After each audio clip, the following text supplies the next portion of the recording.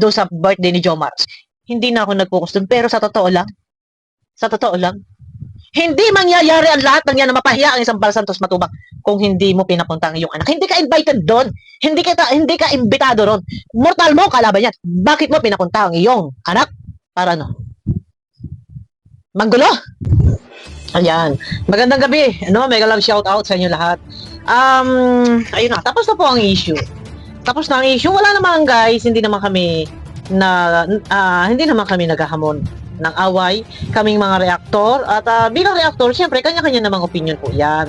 So dito, thank you pala ha, thank you kay Direk Novelsa, thank you kay Jubilito, at dito, sa ating pagtatapik-tapik na ito, na sabihin natin, hindi tayo magkakatugma, magkakasalungat na mga opinion, nakita natin, kung hanggang saan yung katatagan, kung ano ba yung kaya niyang ipamalas. Sabihin natin ito'y isang pagsubok. Isang pagsubok na matitinag ba ang isang Yang Mi at para makita natin, malaman natin kung talagang hanggang saan ba yung kanyang kayang ipaglaban, yung kanyang sinasabing tulong na maglalambing pad or pagsubok, sinubok. Pasensya na kayo guys ha. Doon nakita natin. Yun na. Pero ito na. Sabi nga ni Kuya Bal, balik reactor o founder ng Jomcar. Paano po ito babalik ng founder ng Jomcar? Hindi ba't iniwanan niya ang Jomcar? Ayaw na niya maging founder ng Jomcar. Katunayan nga pinipigilan ni Kuya Bal at inilagay ni Kuya Bal sa team Kailong. Balik Jomcar. Di ba ayaw na niya? And sa aking pagkakaalam, parang wala na yatang komunikasyon kay Jomar. At kung alam nyo lang ng mga nakaraang mga issue, sa pagkakaalam ko ay wala na siyang connection pa. Or, kumbaga para sabihin na natin na meron ng founder. Ang Jomcar, itong daladala ni Kuya Nel. Ito na guys, babalik sa pag-reaction sa pagiging founder. Sabi ko nga sa inyo, wala na Jomcar. Mag-i-reaction. Sino re-reaction?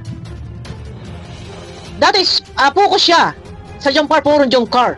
May sinasabi nga siya, puro daw kami aswang sa views. Puro daw views. Ikaw nga puro ka na lang Jomcar. Umaga, tanghali, hapon, gabi, merienda, midnight snack, almusal.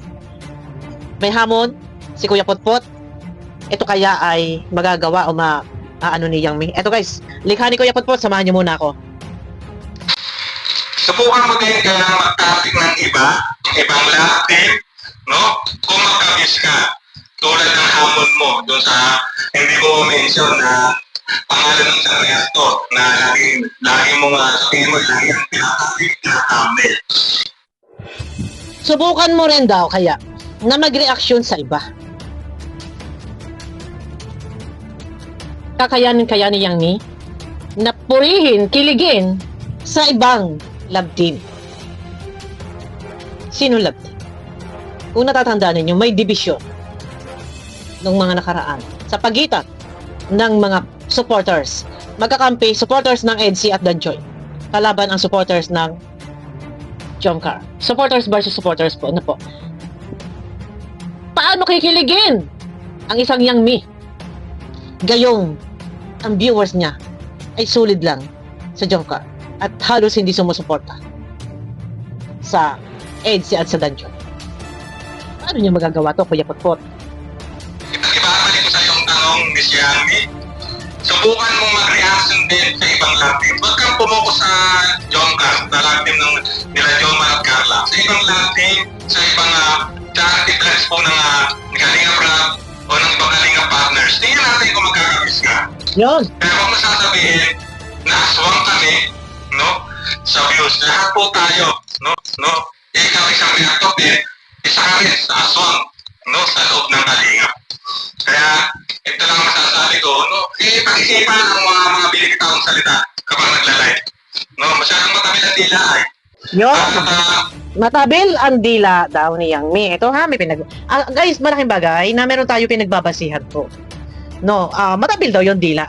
Matabil yung bibig. So, ito naman, ang masasabi ko dyan sa tabil-tabil na yan, ay kung ako'y matabil, ay mukhang nakikita kong matabil din. Dahil doon sa live niya, isipin ninyo ha, hindi sa binabalikan ko. Moment ni Jomar, birthday. Birthday ni Jomar, invited founder ng Kalingap. Nasira yung araw ni Kuya Bal. Ha? Nasira ang araw ni Kuya Bal ng birthday ni Jomar. Nasa halip sana'y walang intindihin, walang po problemahin. Stress ang inabot ng founder ng Kalingap. Bakit? Ha? Bakit mo papupuntahin ang iyong anak sa paparty ng iyong kalaban? Mortal mong kalaban, sila Ma'am Olive. Bakit mo papupuntahin? Ha? Ano ang motibo? Ano ang pakal? So, stress. Mas pala yung bintana ako, guys. Stress ang nangyari kay Kuya Bal. Di ba? Panahong kasagsagang stress na stress ang Bal Santos Matubak. After mag-live ni Kuya Bal, ano ang ginawa mo? Nagsasasayaw. Tama ba yun? Tama ba yun? Nasira ang araw nila Kuya Bal, panahong birthday ni Jomar, na sana ay wala ng problema. Diretso papasok. Anong nangyari? Sirang-sira ang gabi. Dahil ba naman, papuntahin mo yung anak mo doon sa birthday party na alam mong hindi kayo invited. Alam mong mortal mong kalaban. Ano bang motibo? Ano bang pakay? Bakit kailangan mong pang sumuporta doon sa kalaban gayong hindi ka naman invited at alam mo sa sarili mo na yan ay kalaban mo? Pambihira ka naman. Iba ang kara mo. Iba kang kumare. Ha? Hindi pati haya, hindi pataob, patagilid. Yang mi, dapat hinahinay ka. Eto, hindi ko lang talaga tinutukan. Pero kung iti-twist ko, ikaw talagang madidiin dito. Ikaw, masasapol dito. No? Wait lang guys, isasara ko lang yung bintana at naririnig sa kabila. Yan, balik tayo ha. Eto eto, sabi ko sa inyo ha. Pero dahil, noong time na yon, eto, sa totoo lang, guys, kung i-analyze natin, walang kasalanan dito. Yung nag-organize. Pa-organize nila yan eh. Hindi ka invited, bakit ka pupunta? Hindi ka imbita. Kalaban mo. So gumamit ka pa ng makapangyarihang tao. Founder ng Kalingap. Nasira ang gabi. Dahil pina-eksena mo ang anak mo. Ha? Ito, ha? Yan ang sinasabi ko sa inyo. Sige, balikan natin yan. Samantalahin na natin ang pagkakataon.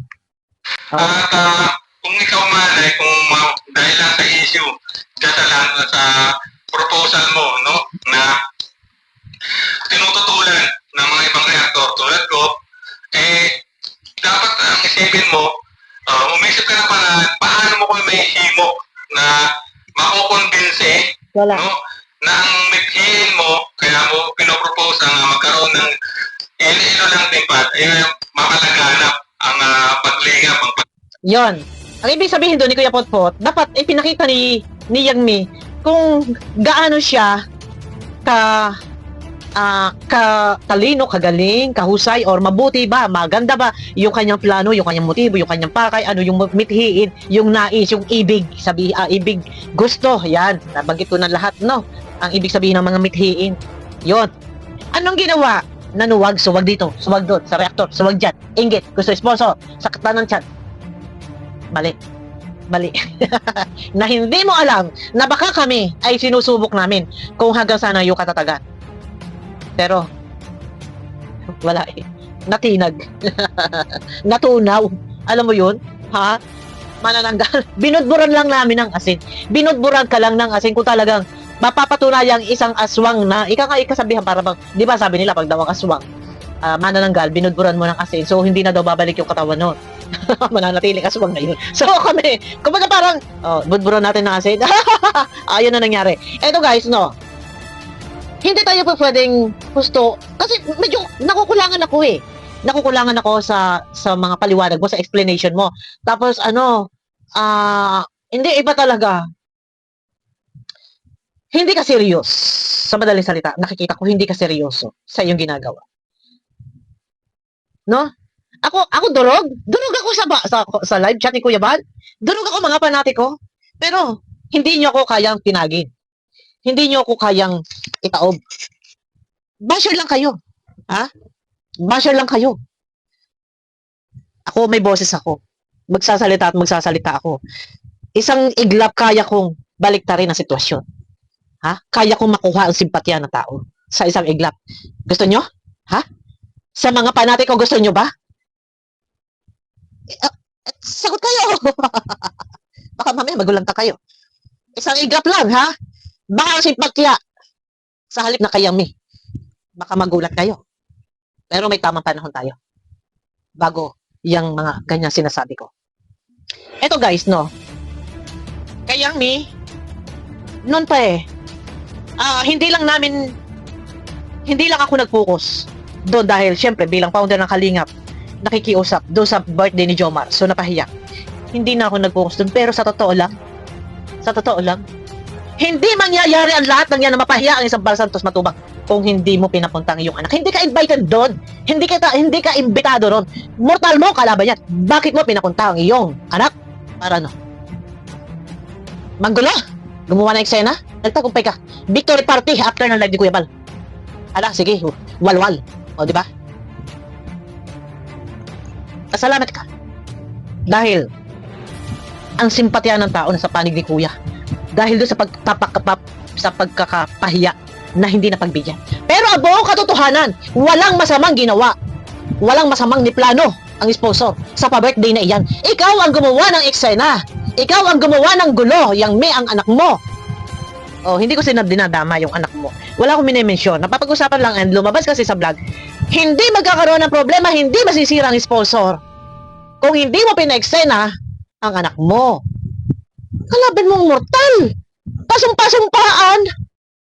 Bakit kayo pupunta doon? Para ano?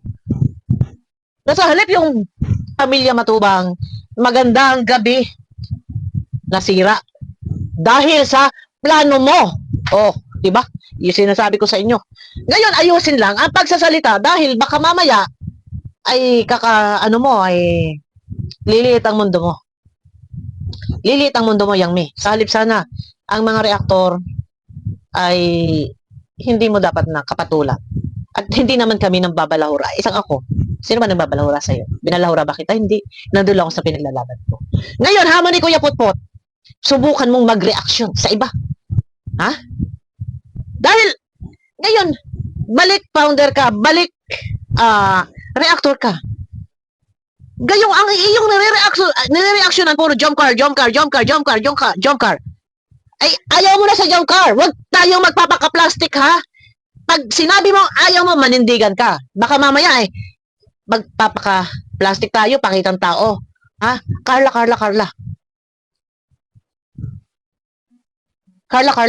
Jomar. Ang tanong, ha? In good terms pa ba kayo? Ha? Ikaw? Bilang founder sa Magagom, okay pa ba? Kay Kalingap Rab, pinapayagan ka pa ba? Okay, pinapayagan. Pero, ano nangyari sa mga isyong nakaraan? Ha?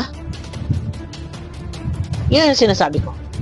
Hamon ni Kuya Putput, try mo mag-reaction sa iba.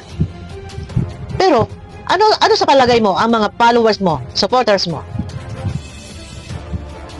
Kikiligin din ba kaya? Kung mag-reaction ka sa EDC, sa Tanjoy. Di ba? Kayo magkakasama. Ha? Mga sponsor ninyo, yung sponsor na kasama mong iba, hindi ko nila lahat. Ha? Ewan ko, baka nag-aklasa na yung iba. Na yun yung mga ibang pinag-uusapan.